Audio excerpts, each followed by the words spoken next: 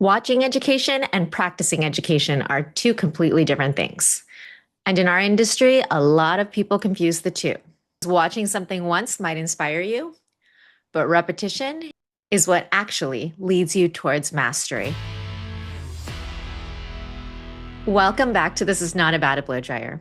As per usual, I'm Kat, here to have the conversations to help leave this industry better than we found it.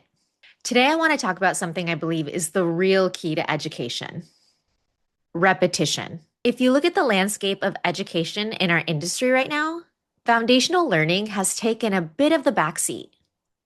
What we do see more of today are things like tips and tricks, quick hacks, formulas flashed on a screen, a watch me foil and here's an after shot of my client. All these clips of somebody doing hair, but not explaining a damn thing about why they're doing what they're doing. Before anybody gets defensive about that statement, I actually do understand why it happens. Somewhere along the way, education turned into watch me do it instead of let me show you how to think. To me, the real value of education isn't the steps, it's the thinking and understanding behind the steps. A formula on a screen doesn't teach someone how to formulate. A foil pattern doesn't teach someone how to design. And those things are just examples of what we see a plethora of when we're scanning on our socials or even looking for exterior education. The kind of education that actually builds a professional is learning how to think through the decisions. Why that level? Why that tone? Why that placement? There's a difference between copying something and then actually understanding what you're doing. That's when education turns into entertainment and people stop learning the craft. It becomes more, watch how good I am, instead of, let me help you get better. And so when that happens, it's really not surprising that our profession gets questioned sometimes, that our techniques, that our understanding, and that there aren't any real good hairdressers, quote unquote, seems to be heard more and more. If you're behind the chair, you know the reality is that there's a tremendous amount of skill behind what we do. And that skill can only be built through repetition. It doesn't matter how good you think you are. It matters how good you actually are and how that translates through client work or through your students executing. A couple days ago, I was listening to a podcast while I was working out in the gym in the morning, and there was a study from a psychologist named Dr. Anders Ericson, who spent decades studying how people become experts. And he studied violinists, athletes, musicians, surgeons, basically like elites in their craft. And what he found was really pretty interesting because the difference between average performers and elite performers was not natural talent, wasn't even talent. It was deliberate practice focused on repetition. In one of his most popular and well-known studies of violin students, the elite performers had accumulated around 10,000 hours of intentional practice, while the average performer had closer to about 4,000 hours. So think about that. Same instrument, same field.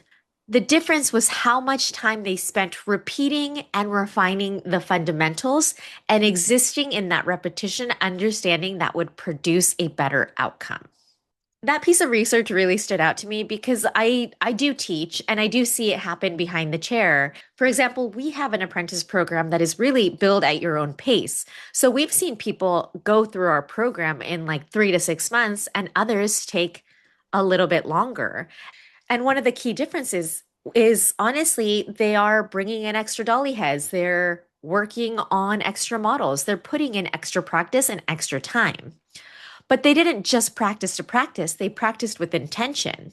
And as far as our apprenticeship, I can speak to the education, which means, it sounds biased, but I know that someone is there teaching them how to do that and practice intentionally.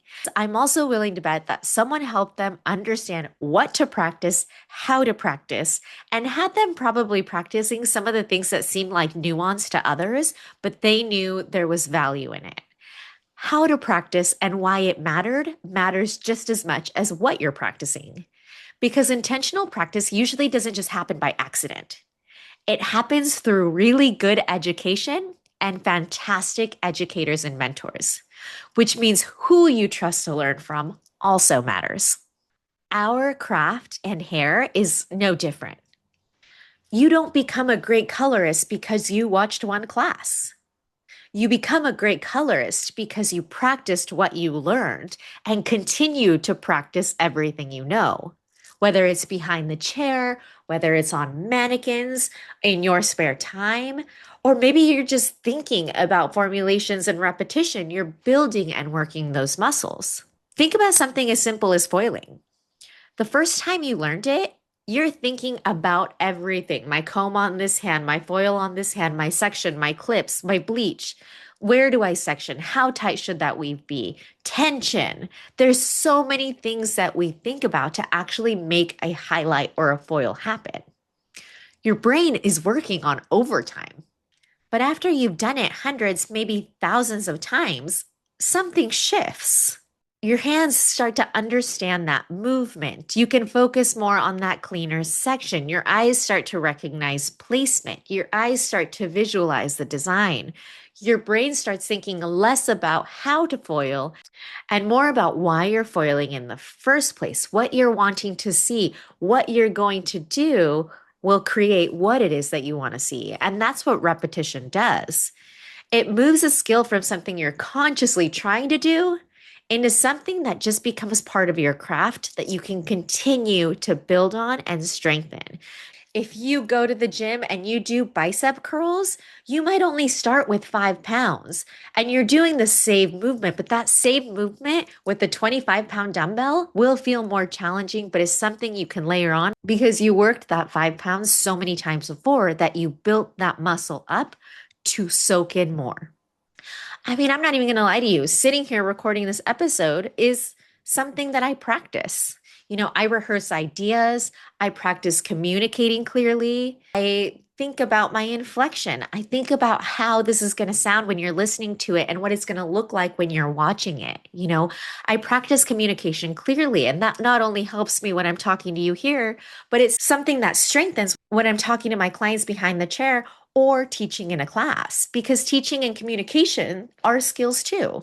It's exactly why I started doing things like formulation live practice on TikTok every Wednesday from 6:30 to 7:30 p.m.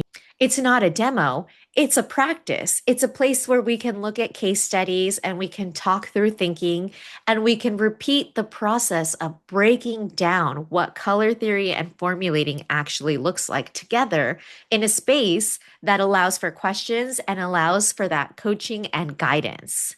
As an educator, I'm thinking, how can I help you build? It's also why I added some free handouts that I use in my own personal training that I'm happy to share.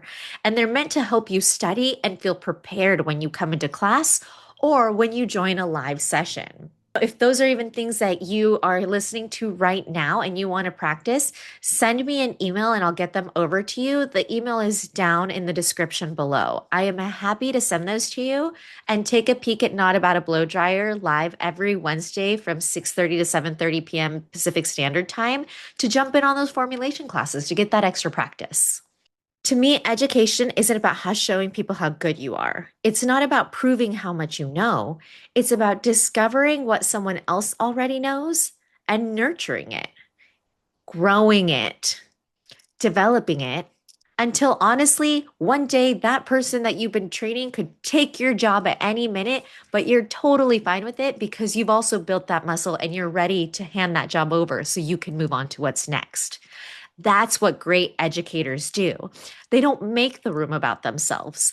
They make the room about the people learning. And if I'm entirely honest, I feel like we've lost that a little bit. As an educator, I always say my legacy is you. My goal is to make you so good at teaching, training, and learning that you force me to get better every day. And that's how we raise the bar in this industry. And that's how we grow. And that's how we get taken serious as professionals. And that's how we leave this industry better than we found it. I will also be creating an educator program. If you are interested in learning how to educate using Not About a Blow Dryer's philosophy of teaching, please also send me an email. Email is down in the description. I am happy to put you on the wait list of first dibs when I'm ready to release. But I want to be really clear about something.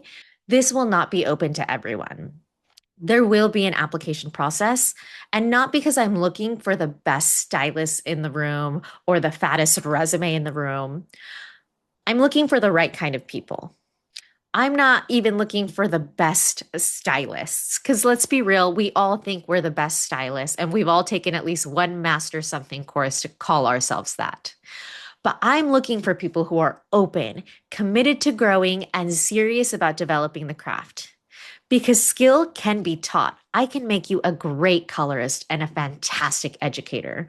But character and care is something you need to work on and be willing to make this about somebody else and not you. So if that shows any interest to you, again, my email is down in the description. Let me know that you are interested in this upcoming educator education, and I will put you on the wait list. Now, if you've ever had a moment behind the chair where something just clicked, you know exactly what I'm talking about, that light bulb aha moment. Maybe it was a haircut. Maybe it was your first color correction that finally made sense. Maybe it was that first time you formulated a color without second guessing yourself. Those moments don't happen because you watched someone once. They happen because you practiced long enough for the pieces to start connecting. And those are some of the most rewarding moments in our craft. Not because you finally got it perfect, but because you realized you were getting better, because you saw the change. Mastery isn't a finish line, it's a pursuit. And the funny thing is, the people who are closest to mastery rarely ever claim it. They're too busy practicing and respecting and knowing the importance of the fundamentals. Too busy repeating the work. Too busy repeating excellence. Chasing that excellence that little bit every single day. So keep practicing, keep asking questions, keep showing up to learn. Never be above any piece of knowledge because you should always be open to learn something new. And if we keep doing that for each other, we really can leave this industry better than we found it. I'll leave you with one of my favorite Aristotle quotes that my mentor uses all the time and actually back in the day had painted on our wall that reads, "You are what you repeatedly do. Excellence, therefore, is not an act, but a habit."